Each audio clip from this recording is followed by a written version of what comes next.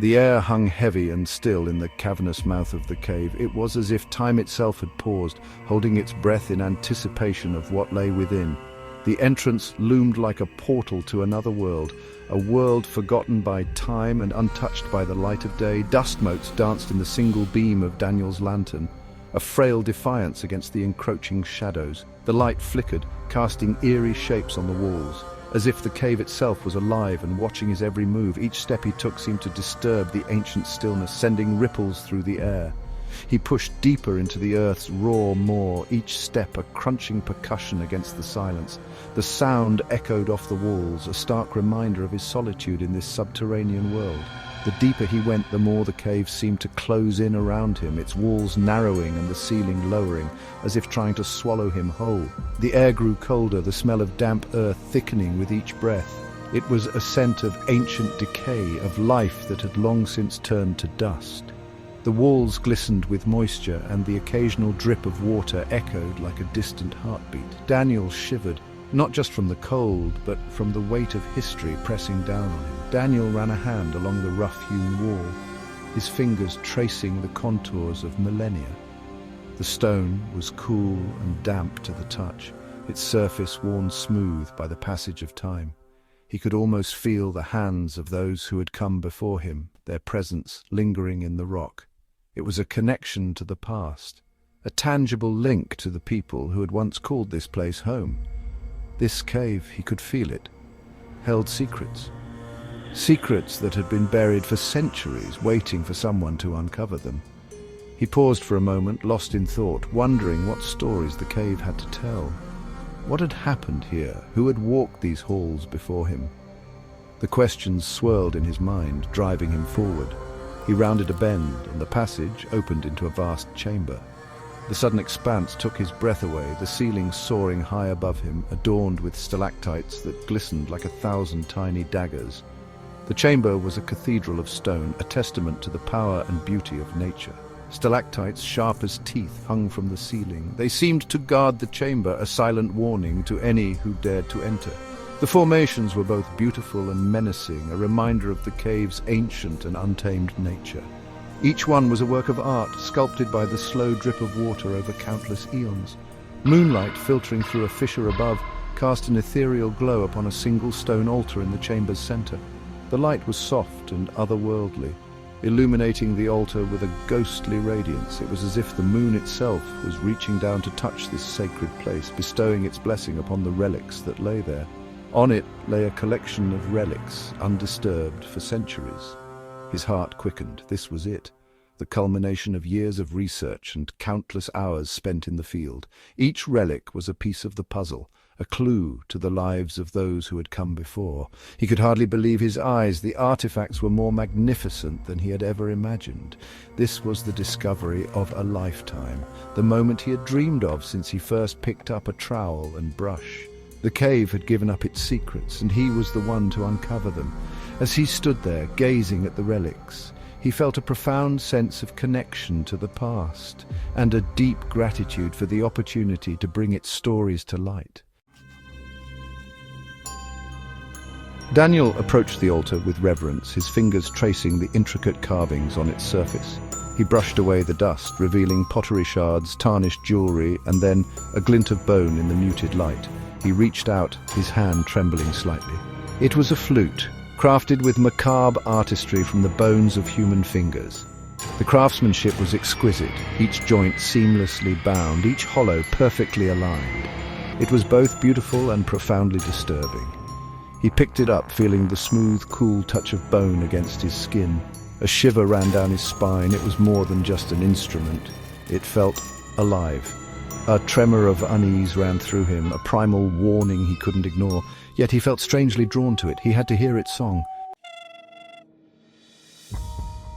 He lifted the flute to his lips, the bone cold and strangely damp against his skin. He hesitated, the silence of the cave pressing in on him. Then he blew. The note that emerged was unlike anything he had ever heard. It was a low, mournful wail that seemed to cling to the air, a sound ripped from the depths of some ancient anguish. The air in the chamber grew heavy, the shadows deepening and twisting at the edges of his vision. The temperature plummeted, sending a chill that pierced his very marrow. He should stop. He should put it down. But something held him in thrall, some unseen force compelling him to continue. He played on, the melody growing in intensity.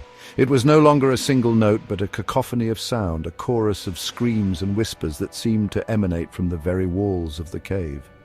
The shadows writhed and coalesced, taking on monstrous shapes that danced at the periphery of his vision. The air crackled with unseen energy, a palpable sense of dread seeping into his bones. A voice, raspy and ancient, slithered through the darkness. It spoke of forgotten gods and ancient pacts, of souls trapped between realms, thirsting for release. The flute vibrated in his hands, a conduit for something terrible and vast. The whispers grew louder, becoming distinct screams. He dropped the flute, the bone clattering against the stone altar. But it was too late. The music didn't stop. It grew louder, fueled by some unseen force. He scrambled back, his heart pounding against his ribs. The shadows were upon him, swirling and coalescing into a single horrifying figure. It was vaguely humanoid in shape, but its skin was flayed and raw, its bones protruding at unnatural angles. Its eyes glowed with a malevolent light, its gaze filled with an insatiable hunger. Daniel scrambled to his feet, his blood turning to ice. The creature lunged, its claws like blades flashing in the dim light.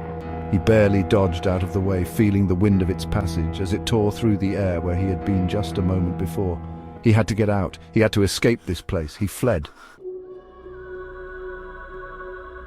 He ran through the twisting tunnels, his heart pounding like a drum in his chest. The air was thick with the scent of damp earth and something else, something metallic and foreboding. He could barely see a few feet ahead. The darkness, almost tangible, wrapping around him like a suffocating shroud. The creature's guttural screams echoing behind him, a haunting reminder of the relentless pursuit. Each scream seemed to pierce through the darkness, reverberating off the walls and amplifying his terror. Each rasping breath sent shivers down his spine, his lungs burning with the effort. He could feel the cold sweat trickling down his back, mingling with the grime and dirt of the tunnels. His mind raced, trying to find a way out, a way to escape the nightmare that was closing in on him. Each echoing footstep, a death knell in the suffocating darkness. The sound of his own footsteps seemed to mock him, a constant reminder of the danger that lurked just behind. He stumbled, nearly falling, but caught himself just in time, the adrenaline surging through his veins. He could feel its presence behind him, a palpable weight of menace that seemed to drain the very air he breathed. His lungs burned, his legs screamed for respite, but he didn't dare slow down. The fear of what lay behind was far greater than the pain he felt. His lungs burned, each breath a struggle, each step a battle against the overwhelming fatigue. He could feel the creature's hot breath on his neck, a constant reminder of the danger that was just a heartbeat away. His legs screamed for respite, the muscles aching and protesting with every step. But he knew that stopping was not an option. The creature was relentless, and any hesitation could mean the end. But he didn't dare slow down.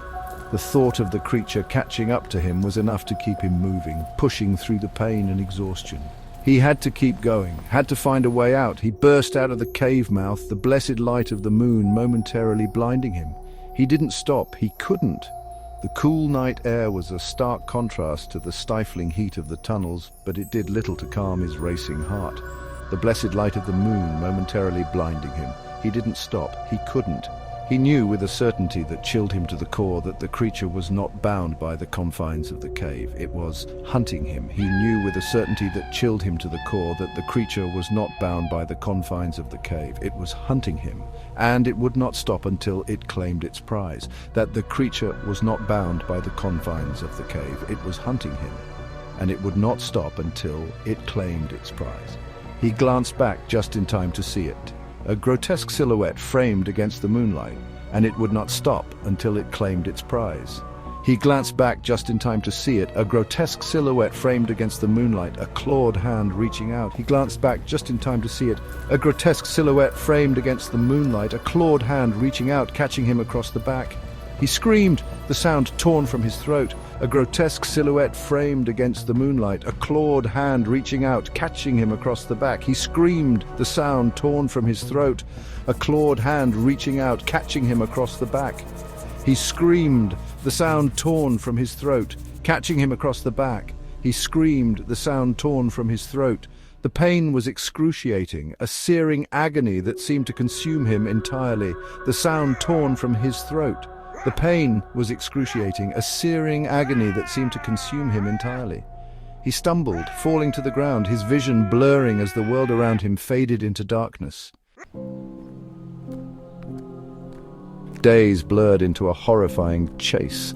The creature was relentless, a predator toying with its prey. It would appear at the edge of his vision, a fleeting glimpse of bone and shadow, always just out of reach, and then it would strike, taking a piece of him with each encounter, a finger here, an ear there. Each attack brought a fresh wave of agony, a symphony of pain played out on the instrument of his broken body. He hid in abandoned buildings in the shadows of the city, but it always found him. His strength was fading, his body a tapestry of wounds held together by sheer will. He knew what awaited him. He could feel the pull of the abyss, the seductive lure of oblivion, but he clung to life, fueled by a primal fear that was worse than death itself. One moonless night, as he lay huddled in the ruins of an old church, he saw it again. The air was thick with an eerie silence, broken only by the distant hoot of an owl. Shadows danced on the crumbling walls, creating a haunting tapestry of light and dark. He shivered not just from the cold, but from the creeping dread that had settled in his bones. It stood before him, a grotesque mockery of life, its eyes burning with cold amusement. The creature's form was twisted and unnatural, a nightmarish vision that seemed to defy the very laws of nature. Its presence was suffocating, a palpable force that pressed down on him, making it hard to breathe. He knew this was the end. There was no escape, no hope of salvation. The realization hit him like a tidal wave, overwhelming and absolute. He felt a profound sense of resignation, a quiet acceptance of the inevitable. His life, filled with fleeting moments of joy and sorrow, was about to be snuffed out like a candle in the wind. He closed his eyes, accepting his fate. Memories flashed before him, a rapid montage of his existence, faces of loved ones, moments of triumph and failure, all converged into a singular point of clarity. He felt a strange sense of peace, a calm that belied the terror of the moment. He felt a searing pain as the creature tore into him, the sound of his own screams swallowed by the night. The agony was indescribable, a burning sensation that seemed to consume his very soul. Every nerve in his body was alight with excruciating pain, a torment that seemed to stretch into eternity. His vision swam, darkness encroaching at the edges. The world around him began to blur, shapes and colors melding into an indistinguishable haze. He felt himself slipping away, the pull of unconsciousness growing stronger with each passing second. The pain began to fade, replaced by a numbness that spread through his body. He saw the creature bend over him, its grin widening, revealing rows of needle-like teeth. Then silence. Blessed, empty silence. He opened his eyes. The creature was gone. The oppressive weight of its presence had lifted, leaving behind an eerie stillness. He lay there, trying to comprehend what had just happened, his mind a whirlwind of confusion and relief. All that remained was a bone flute, lying on the ground beside him. It seemed to glow with an otherworldly light, casting long shadows on the ground. The flute was intricately carved, each detail a testament to the macabre artistry of its creator. He reached out with a trembling hand, hesitant to touch the eerie object. It was crafted with the same macabre artistry as the one he had found, but this one was different. There was something unsettlingly familiar about it, a sense of recognition that sent chills down his spine. He examined it closely, his heart pounding in his chest. He recognized the finger bones. They were his. The realization hit him like a bolt of lightning, a horrifying truth that left him paralyzed with fear. The flute was a part of him, a grotesque reminder of the night's events. He dropped it, recoiling in horror as the weight of his discovery settled upon him. A cold wind blew through the ruined church, carrying with it the faintest whisper of music. It was the same haunting melody, but this time there was something different. A deeper note resonated within the music, a note of despair and eternal torment. It was the sound of his own suffering, echoing out into the night, a symphony of pain that would play on long after his flesh had turned to dust. The flute lay there, gleaming faintly in the pale moonlight, a chilling testament to the darkness that lay hidden beneath the surface of the world. And somewhere in the space between realms, the creature smiled, its hunger momentarily satiated. But it would return, it always did, for the music of despair never truly ends. It merely waits for the next willing soul to play its tune.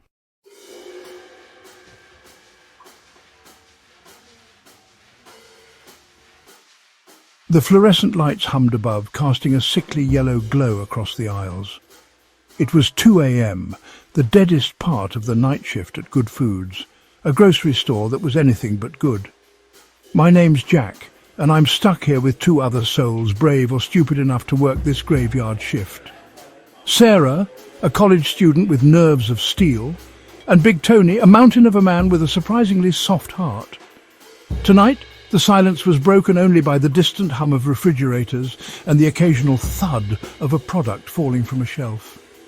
We were surrounded by towering shelves, stacked high with cans and boxes, each one a potential hiding place for something sinister. I could feel the sweat prickling on my skin despite the chill that clung to the air.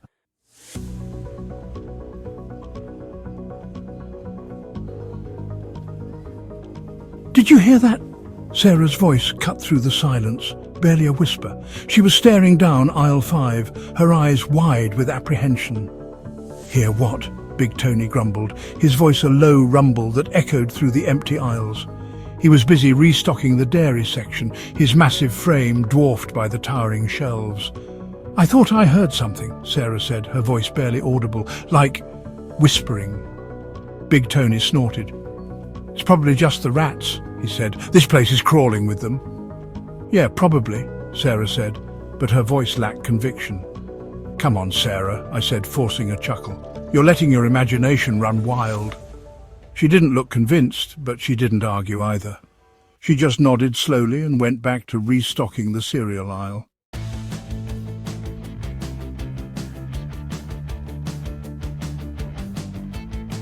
A sudden gust of wind slammed the back door shut with a deafening bang.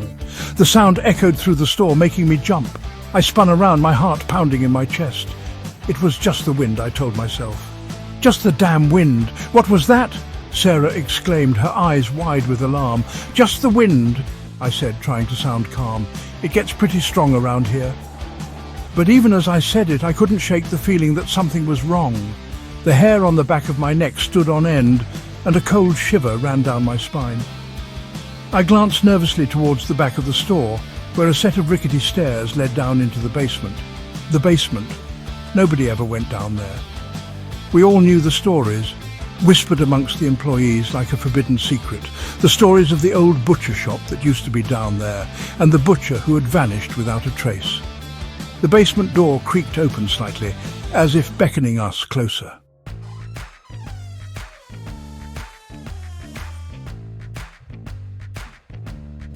My gaze lingered on that door, a knot of dread twisting in my gut.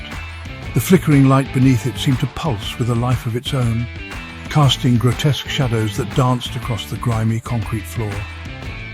"You ever been down there?" Big Tony's question was gruff, his eyes fixed on the door as if daring it to move. "Nope," I muttered, shaking my head. "Nobody has, not for years, not since—" My voice trailed off, the unspoken words hanging heavy in the air. Sarah surprised us both. "What if we just took a peek?" she said, her voice barely above a whisper. "Just to see what's down there." Big Tony let out a low whistle.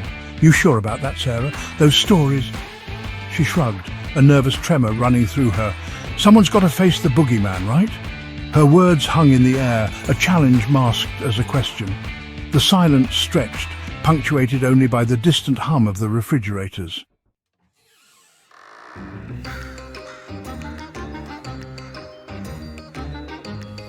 The air grew colder, the metallic tang stronger as we crept down the creaking wooden stairs. Each step seemed to echo with the weight of untold years, the silence around us thick with anticipation. The single flickering bulb at the bottom of the stairs cast long, distorted shadows on the damp concrete walls, making the descent feel like a journey into the belly of a beast. "Man, this place is creepy," Big Tony muttered, his voice hushed in the oppressive silence. I could only nod, my heart pounding against my ribs like a trapped bird. As we reached the bottom of the stairs, the basement unfolded before us, a cavernous space lost in shadow.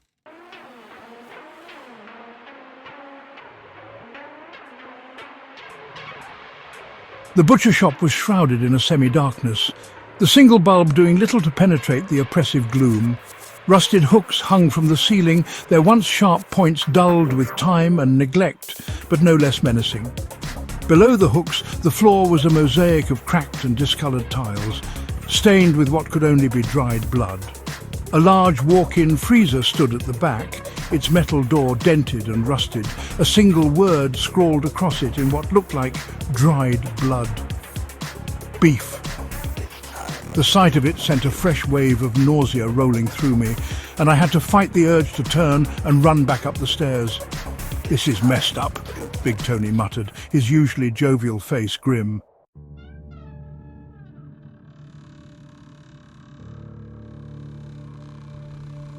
The air hung heavy, thick with the stench of rot and decay.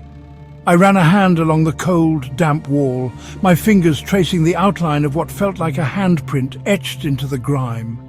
But this was no ordinary handprint. It was too large, the fingers splayed at an unnatural angle, as if seared into the brick by a force beyond human comprehension. "What the hell happened here?" Sarah whispered, her voice trembling. Her usually bright eyes were wide with apprehension, reflecting the faint, sickly glow emanating from the single bulb overhead. Big Tony, his face pale beneath his thick beard, just shook his head, unable to voice the horror that clawed at the edges of our reality.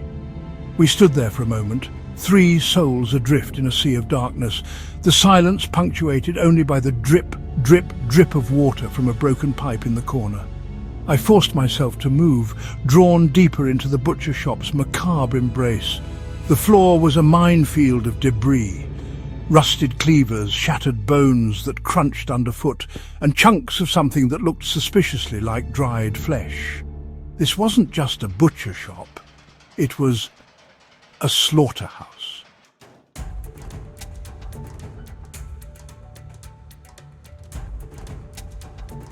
My gaze fell on the walk-in freezer. The metal door hung slightly ajar, a black maw that promised only darkness and despair. A cold gust of air, heavy with the stench of decay, seeped out, sending a fresh wave of nausea through me. "Don't even think about it, Jack," Sarah said, her voice tight with apprehension. She knew me too well, but curiosity, like a hungry beast, gnawed at my insides. I had to see what was inside. I had to know what secrets this frozen tomb held. Taking a deep breath, I pushed the heavy door open. The stench that hit me was overwhelming, a putrid mix of rotting meat and something else, something sickly sweet and altogether wrong. I fumbled for the light switch, my heart pounding against my ribs like a drum. The flickering bulb did little to illuminate the horrors within. Hooks, dozens of them, hung from the ceiling, each one empty. But the floor was a charnel house.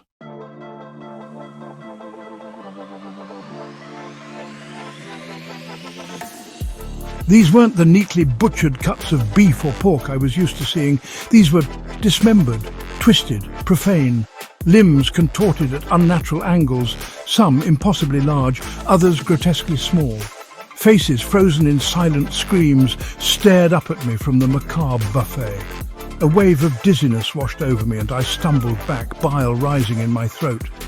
The metallic tang of blood, thick and cloying, filled the air, mingling with the stench of decay and something else, something acrid, like burning hair and sulphur. It was the smell of death, but not a death I could comprehend. "Jack, get out of there!" Sarah's voice, sharp with urgency, cut through the haze of horror that had descended upon me. I wanted to. God, how I wanted to. But my feet were rooted to the spot, frozen in place by the sheer terror of what I was witnessing. This wasn't the work of a man. No man could have done this. This was something else, something evil. These weren't animals, these were people.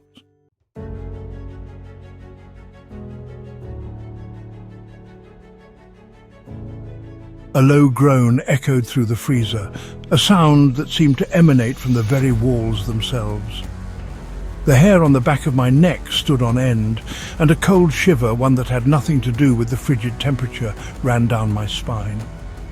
I could feel eyes on me, watching, studying me from the darkness. I was prey, trapped in a cage of my own morbid curiosity. And then I heard it, a soft, wet chuckle. It came from the back of the freezer, from the deepest shadows where the light couldn't reach. The chuckle grew louder, morphing into a low, guttural laugh that seemed to shake the very foundation of the building. Panic seized me, cold and sharp. I had to get out, now! As I turned to flee, the freezer door slammed shut with a deafening clang, plunging me into darkness. I hammered on the metal, my screams swallowed by the thick, insulated walls. I was trapped. And then through the darkness I heard a voice. "Welcome," the voice rasped, each word dripping with malice, "to my special kitchen."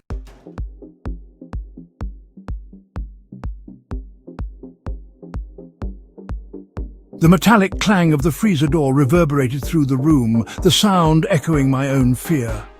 Blackness, absolute and suffocating, descended. The stench of rot intensified. A suffocating miasma that clung to my skin, invaded my nostrils, tasted like bile in the back of my throat. I fumbled for the door handle, my fingers slipping on the frost-covered metal. Panic swelled in my chest, a suffocating pressure that made it hard to breathe. "Sarah! Tony!" I roared, my voice lost in the suffocating darkness.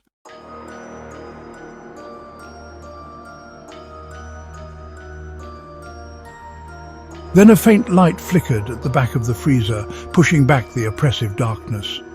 It wasn't the harsh glare of a light bulb, but a soft, pulsing glow, like the embers of a dying fire. It cast long, grotesque shadows that danced across the walls, taking on the shape of monstrous creatures and writhing human forms. As my eyes adjusted, I realized the light was emanating from the meat, from the mounds of flesh that littered the floor. And then I saw him. He stood at the back of the freezer, a hulking silhouette backlit by the eerie glow.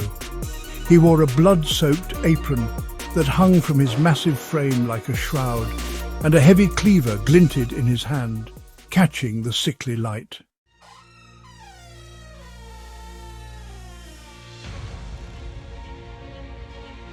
A low, guttural sound emanated from him, a sound that was both a growl and a sigh. It seemed to vibrate in my chest, resonating deep within my bones.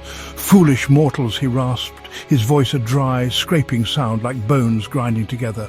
"You dare intrude upon my domain?" His words were slow, deliberate, thick with an accent I couldn't quite place. But it was the tone that chilled me to the core, a voice that spoke of ancient evils and unspeakable appetites. The air crackled with an unseen energy, a palpable sense of dread that pressed down on me, stealing the air from my lungs. I tried to speak, to apologize, to plead for my life, but the words wouldn't come. My throat was constricted, my voice a strangled whisper lost in the cavernous space. "You seek answers," the butcher continued, his voice a low rumble that seemed to shake the very foundations of the building. "You seek to understand the darkness that dwells within these walls."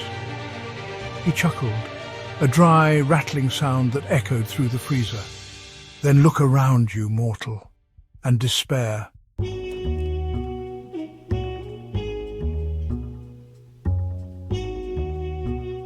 My gaze darted around the freezer, taking in the full horror of my surroundings. The once innocuous mounds of meat now appeared grotesque, monstrous. I could see faces contorted in silent screams, limbs twisted at unnatural angles, eyes staring accusingly from beneath layers of glistening fat. The butcher took a step closer, the floor groaning beneath his weight. The cleaver in his hand glinted under the eerie green glow, its edge reflecting the gruesome tableau around us. It wasn't a butcher's cleaver, not anymore. It was a tool of something else, something ancient and evil. The smell was overwhelming now, a sickening blend of rot, blood, and something else, something acrid and metallic like the smell of burning flesh. It clung to the back of my throat, choking me, forcing me to breathe through my mouth, each inhale a fresh wave of nausea. He was toying with me, savouring my fear. And as I stared at the hulking figure before me, at the cleaver dripping with some unknown ichor, a single terrifying thought pierced the fog of my terror. I wasn't going to die quickly.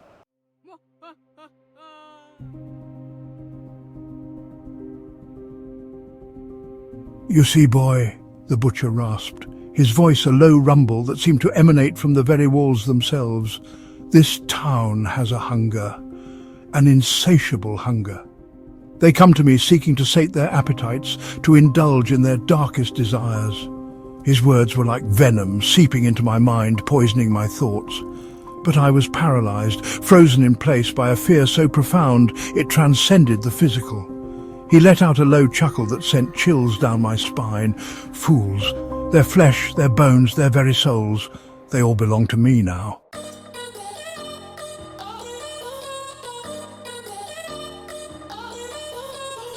The cleaver flashed in the sickly green light, a silver arc against the darkness. I squeezed my eyes shut, bracing myself for the inevitable. But the blow never came.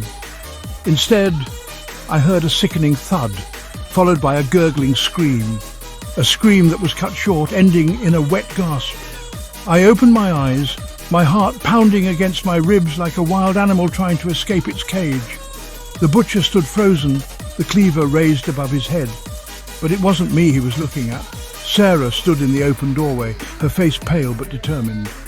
In her hands she held a fire axe, its blade buried deep in the back of a shadowy figure that had been concealed behind a stack of meat. The figure slumped to the ground, revealing a grotesque, inhuman creature with razor-sharp claws and eyes that glowed with an unholy light. "What the—" I stammered, my voice barely a whisper. "Don't just stand there, you idiot!" Sarah shouted, her voice shaking but firm. "Help me with this thing!"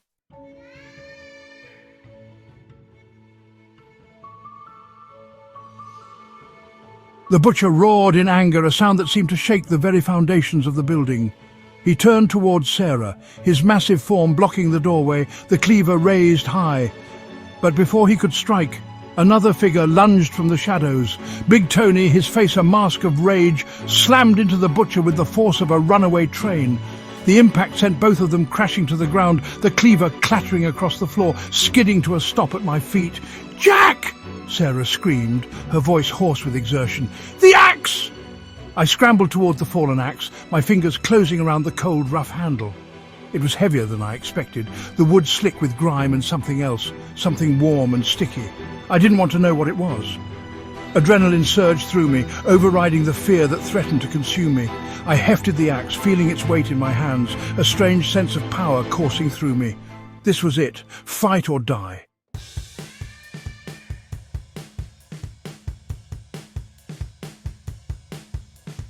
The butcher roared again, the sound primal, filled with rage and pain. He flung Big Tony aside like a rag doll, sending him crashing into a shelf with a sickening crunch. Tony lay still, his massive frame unnaturally twisted. I couldn't hesitate. I wouldn't. Summoning every ounce of strength I had left, I charged forward, the axe held high above my head. The butcher turned, his eyes glowing red in the dim light, fixed on me. For a moment our gazes locked, and I saw a flicker of something in those depths, something ancient and cruel, something that saw me not as a threat but as a plaything. And then, with a roar that ripped from my throat, I brought the axe down on the butcher's arm. The sound of metal biting into flesh, the sickening crunch of bone, echoed through the freezer. The butcher screamed, a high-pitched shriek of pain and rage that was abruptly cut short. He stumbled back, clutching his severed arm, his eyes wide with disbelief.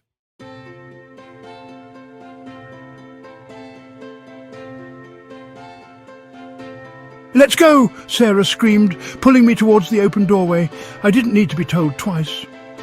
We scrambled out of the freezer, past the fallen form of the creature Sarah had killed, past the still twitching body of Big Tony.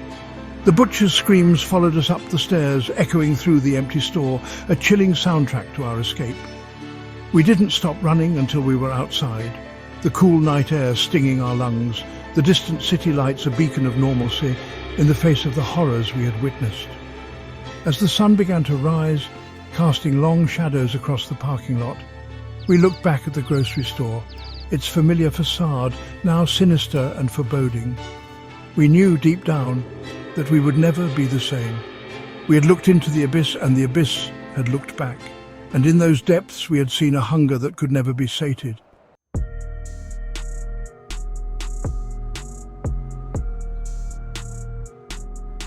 The first tendrils of dawn painted the sky a bruised purple, a stark contrast to the sickly yellow glow of the good food sign.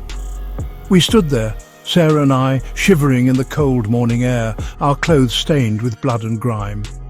The silence was shattered by distant sirens, a perverse comfort, a reminder that the world outside still existed. "They'll never believe us," Sarah whispered, her eyes fixed on the approaching lights. Our story sounded like the ravings of madmen. The first police car screeched to a halt in front of the store, followed closely by another, and then an ambulance uniformed figures poured out, their shadows stretching in the growing light.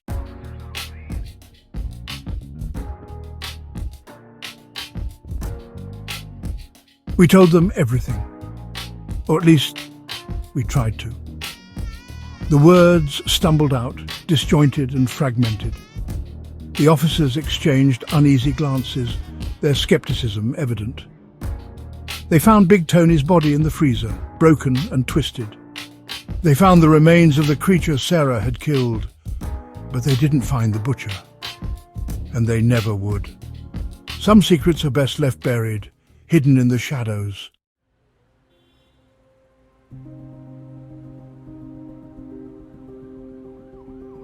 Life, as it always does, went on. The grocery store remained closed, cordoned off with yellow tape, a silent sentinel to the horrors that had unfolded within its walls. Rumours spread like wildfire, whispered in hushed tones, fueled by fear and speculation. But the truth, the real truth, remained buried deep, known only to Sarah and me. We tried to move on, to forget. But the memories lingered, etched into our minds like scars on our souls. The stench of rot, the feel of cold metal against our skin, the butcher's voice, a rasping whisper in our nightmares. We never spoke of that night again, but the memory bound us together, a shared trauma that forged an unbreakable bond. We had faced the darkness together, and in a strange way, it had made us stronger. But we both knew deep down that a part of us would forever be trapped in that basement, in the butcher's domain, a chilling reminder of the monsters that lurk beneath the surface of our everyday lives. We had been lucky to escape with our lives, but we would never be the same. The Good Foods grocery store never reopened. It stood there, abandoned and forgotten, a decaying testament to the darkness that lurked beneath its seemingly mundane facade. And somewhere, in the shadows, in the spaces between reality and nightmare, the butcher was waiting. Waiting for the next unsuspecting soul to stumble upon his domain. Waiting to feed his insatiable hunger. The end.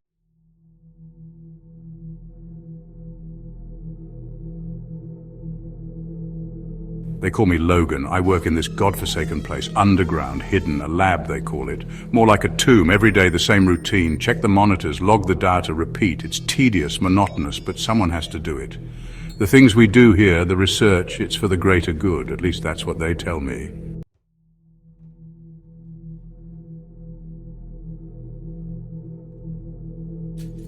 While reviewing some security footage, I spot something unusual. A door, slightly ajar. It's at the end of a corridor I've never seen before. This section of the lab is off limits, sealed off decades ago. I checked the records. My curiosity piqued. The details are scant, heavily redacted. Project Chimera, they called it, a failed experiment. All test subjects terminated. Terminated, that's not what the reports say. They died. All of them. But how? And why seal off this section of the lab? What are they hiding? The questions claw at my mind. I have to know more. Against my better judgment, I decide to investigate. It's a stupid decision, I know, but something about this whole thing, it calls to me, like a siren song. I grab my keys, my heart pounding in my chest. This is a restricted area for a reason, but some lines are meant to be crossed. I just hope I don't regret this. As I make my way to the sealed-off section, the air grows colder. The stench of formaldehyde intensifies, making my eyes water.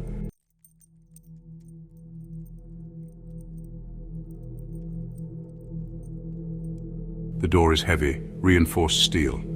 Multiple padlocks secure it, each one coated in dust. It hasn't been opened in years. My hands tremble as I unlock them one by one. The air grows thick with anticipation, with dread. What am I about to unleash? With a deep breath, I push the door open. Darkness. Absolute and suffocating. The air is stale, thick with the stench of decay and something else, metallic. A low growl echoes from the darkness, sending shivers down my spine. I fumble for my flashlight, my heart pounding against my ribs. What have I done?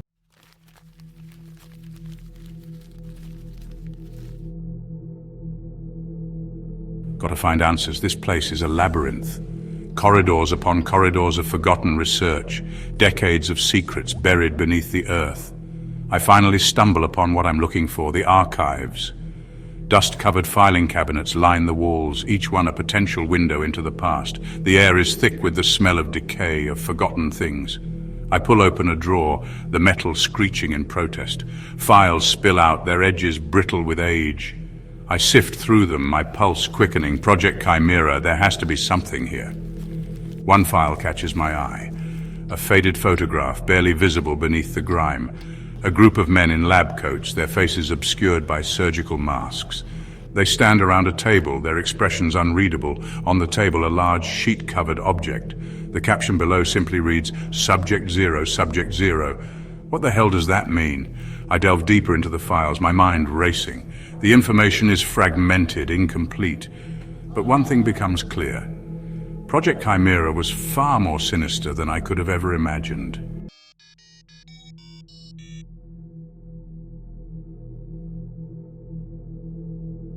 Section 2. Project Chimera.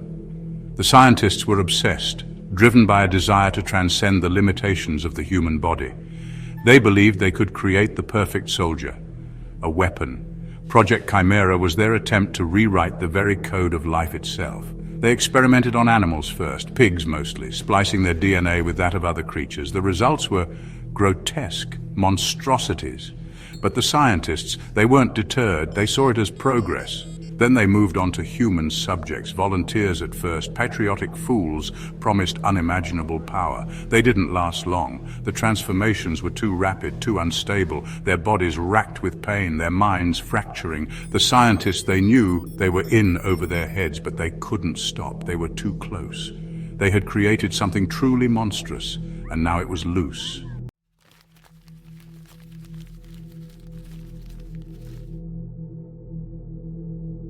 Section 3. The subjects.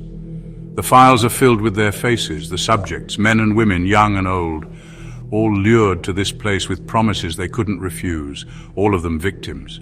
They were poked and prodded, their bodies violated in the name of science, their minds twisted and broken, turned into something inhuman. The reports describe their transformations in chilling detail. Increased muscle mass, heightened senses, accelerated healing, but also uncontrollable rage, unquenchable bloodlust. They couldn't contain them. The subjects broke free, turning on their captors. The carnage must have been unimaginable. The reports stop abruptly after that, but the bloodstains on the walls, the claw marks on the steel doors, they tell the rest of the story.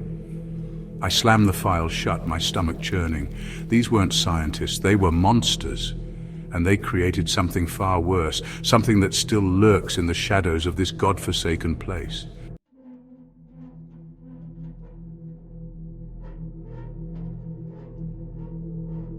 Section 4, Moral Quandary. I need to get out of here, now. But the scientist in me, it wants to know more.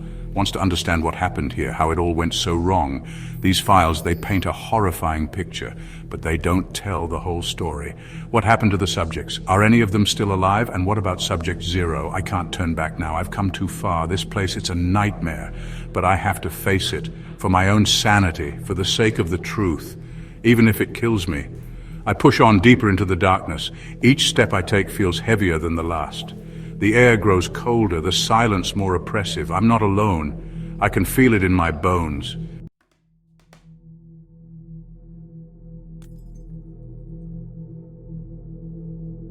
The stench of decay intensifies, stinging my nostrils. I pull my shirt collar over my nose, trying to filter the air. This place, it reeks of death. Through the gloom, I make out the outline of an operating room, or what's left of it. Rusted surgical tools lay scattered across a stained operating table, a testament to the horrors that unfolded here. The metallic tang in the air is overpowering. It's not just formaldehyde, it's the iron scent of blood. Lots of it. I shine my light on the floor. Dried blood, almost black, stains the concrete, spreading out from the table like a morbid halo. This wasn't a lab, it was a slaughterhouse. The walls are covered in strange symbols, diagrams I don't recognize. They look like something out of a madman's journal. Were they studying the mutations, trying to understand them? Or were the subjects trying to communicate, trying to warn us? The air grows heavy, oppressive. I can almost hear the screams, smell the burning flesh, feel the desperation that clung to this room like a shroud. These weren't just test subjects. They were people. Trapped, tortured, transformed into something monstrous. And I've walked right into their graveyard.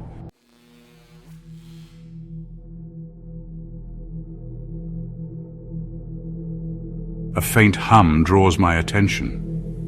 A monitor still flickering with life. On the screen, a grainy image of a figure strapped to a gurney.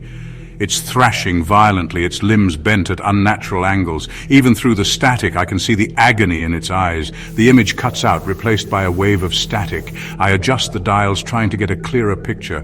Another image flashes across the screen. This time it's a close-up of a face, human but twisted, grotesque. Its eyes are wide with an animalistic fear, its mouth open in a silent scream.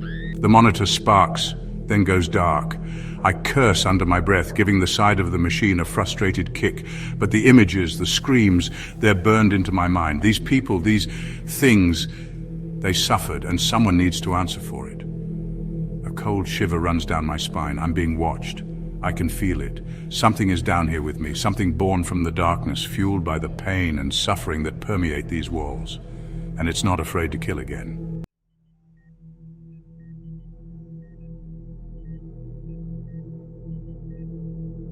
The operating room was just the beginning. The trail of blood continues, leading deeper into the heart of this forsaken place.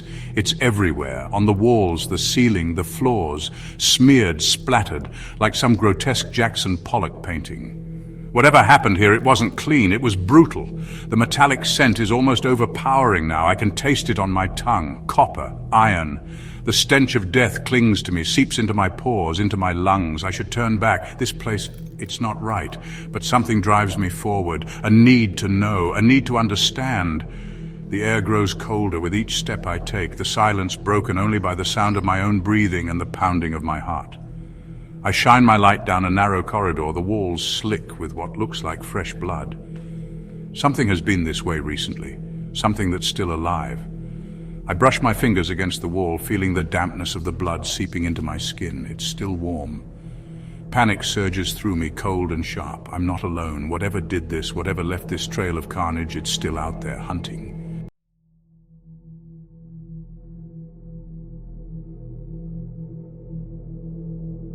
The trail of blood leads to a heavy metal door, partially ripped from its hinges. It looks like something tried to claw its way out, leaving deep gouges in the metal.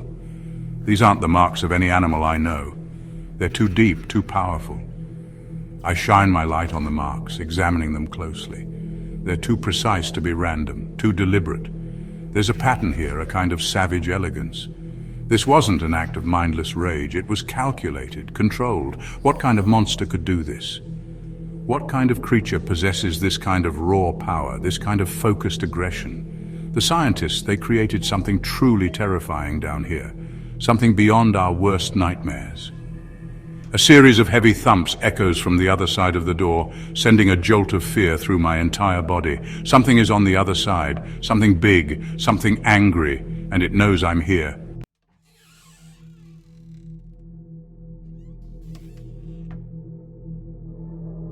I push open the door cautiously, my heart pounding in my chest. The room beyond is small, a cell. A cot, a toilet, and a small table bolted to the floor are the only furnishings. The walls are bare concrete, scratched and stained with what looks like blood. I shine my light on the wall, revealing a series of frantic scratch marks. The work of a prisoner driven mad by confinement or something else. Among the random scratches, I make out crude drawings. A humanoid figure with elongated limbs and glowing eyes. A series of symbols I don't recognize. The drawings, they're almost childlike in their simplicity, but there's a raw power in them, a desperate attempt to communicate. This wasn't just a holding cell, it was a prison, and the prisoner, it wasn't human, not anymore. There's more to this story, I can feel it in my gut. These weren't just failed experiments, these were victims, trapped, tortured, transformed into something monstrous against their will. And now, whatever they've become, they're free.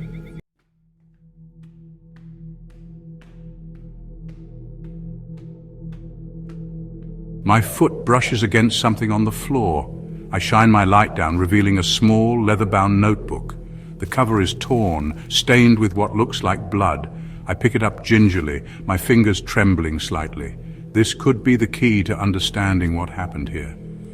The handwriting is frantic, barely legible. It's English, but the words are jumbled, almost incoherent. I squint, trying to make sense of the scribbles. A few phrases jump out at me. They changed us. Can't control it. He's coming. He's coming. Who's coming? I flip through the pages, my heart pounding in my chest. The writing becomes more and more desperate, more and more unhinged. And then I see it, scrawled across the last page in large, bold letters. Subject zero. Subject zero. The original subject. The first chimera. The one they couldn't control. The one they locked away down here to rot. He's free, and he's coming for me.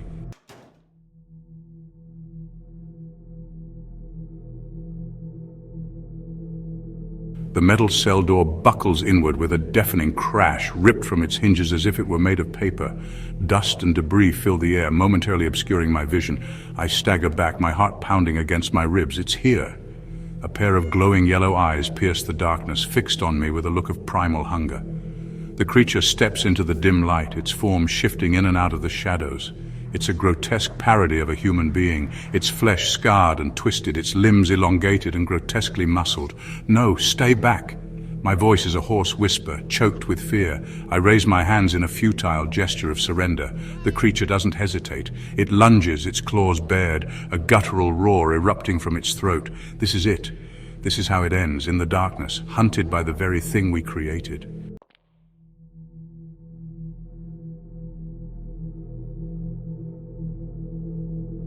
No time to think, just run. The creature's roar echoes behind me, shaking the very foundation of this godforsaken lab.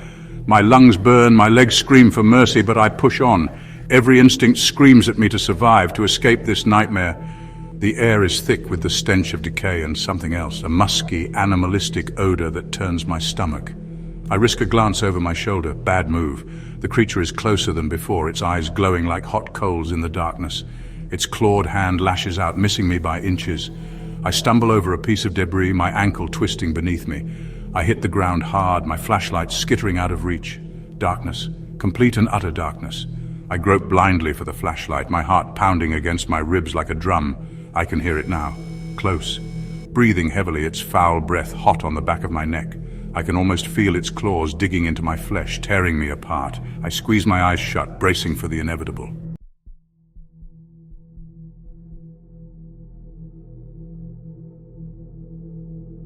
Panic lends me strength. I scramble to my feet, my hand closing around the cold metal of my flashlight. The beam flickers to life, momentarily blinding me. I'm no longer in the corridor. I must have crawled through some opening, some hidden passage in my blind panic. This isn't a passage, it's a tunnel, low, cramped, reeking of mildew and something else, something ancient and evil. The air is thick and heavy, difficult to breathe. I'm trapped. I have no choice but to keep moving.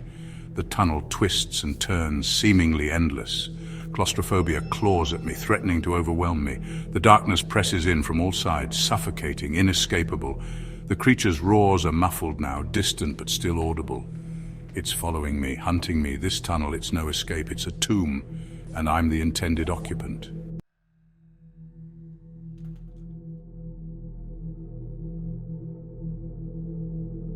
The tunnel opens up into a larger chamber, the air thick with the dust of ages. A low moan echoes through the chamber, sending shivers down my spine. I swing my flashlight around, my heart sinking into my stomach. The walls, they're not made of rock. They're covered in human skulls, hundreds of them, their empty sockets staring back at me with silent accusation. These aren't the victims of some ancient massacre. These are the faces of the lab's failures. The subjects deemed too unstable, too monstrous to live. They were buried alive down here, their screams silenced forever by tons of rock and earth. This place, it's not just a lab, it's a graveyard. A monument to man's hubris and the terrible price of unchecked ambition. I'm standing on a mountain of corpses and I can feel their collective despair seeping into my bones. The moaning is joined by other sounds now.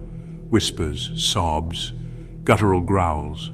They're all around me, closing in, the faces of the dead, their voices echoing through the chamber, a chorus of suffering and rage. I'm going mad.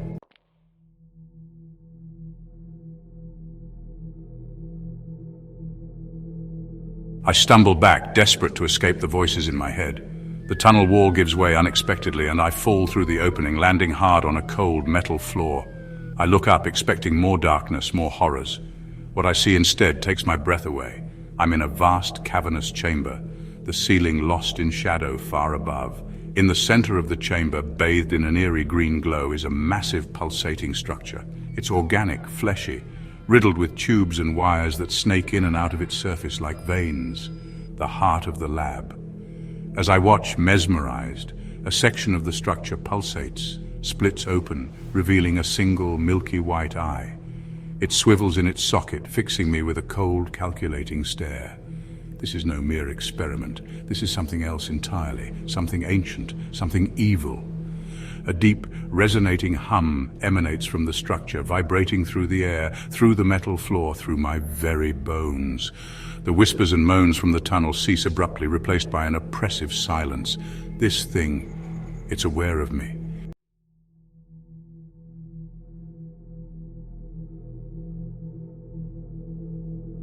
The voice comes from behind the structure, soft, almost gentle. A figure steps forward, silhouetted against the green glow. It's a woman. She's wearing a lab coat, her features obscured by the hood pulled low over her face. I recognize her, or at least I thought I did. She takes a step closer and the hood falls back, revealing her face. My blood runs cold. It's her, but different. Her eyes glow with an unnatural light and her skin has an almost iridescent sheen. She's beautiful in a terrifying, otherworldly way. "We've been waiting for you, Logan," she says, her voice a low, musical purr. "We have so much to show you." But her words are drowned out by a sound that chills me to the bone. The creature's roar. It's here, and it's not happy.